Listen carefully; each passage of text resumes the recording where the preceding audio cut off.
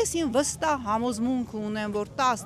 տիրադավները անպայմանորեն պատժվելու են։ Ես շատ ափսոսում եմ, որ նրանք առ այս պահը կարգալույծ արված չեն։ Ես հասկանում եմ, որ կարգալույծ արվելու համար եկեղեցական ժողով պիտի հրավիրվի, ինչը որոշակի անհնարինություն է ստեղծում, բայց ես պնդում եմ, որ նրանք պիտի կարգալույծ արվեն, նրանք անպայմանորեն պիտի պատժվեն, որովհետև մտածել, որ Նավասարդ Կճոյանը, նույն ինքը Բենթլի Սամոն, կարա խոսի ինչ որ մեկի կուսակրոնությունից, նույնն է, որ ես հավակնեմ Մեծ Բրիտանիայի գահին, հասկանում եք, կամ հայտարարեմ, որ ես Անգլիայի թագուհին եմ։ Կուսակրոնությունը, օրինապաշտությունը եւ նույն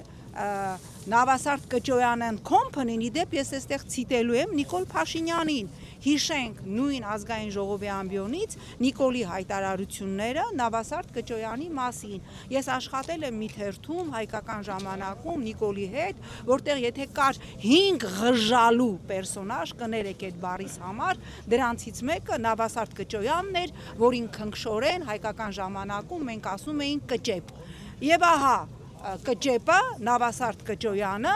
վիձիծիլի իրան իրավունքա վերապահում խոսել կուսակրոնության մասին։ Ես պնդում եմ, եթե եկեղեցու ներսում կան խնդիրներ, իսկ մենք պետք է լինենք անկեղծ եւ ընդունենք, որ այո, մեր եկեղեցում կան խնդիրներ։ Ես հետևում էի նախորդին Վատիկանում եւս խնդիրներ են առաջացել, որոշ կարդինալների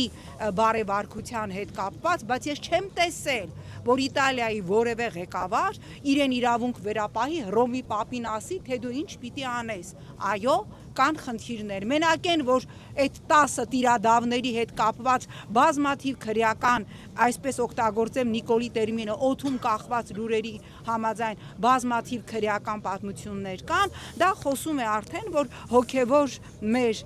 դասի մեջ կան խնդիրներ, բայց այդ խնդիրները ոչ ես իրավունք ունեմ քննարկելու, ոչ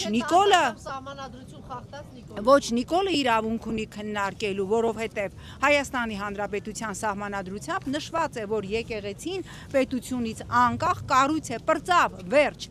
իրավունք չկա։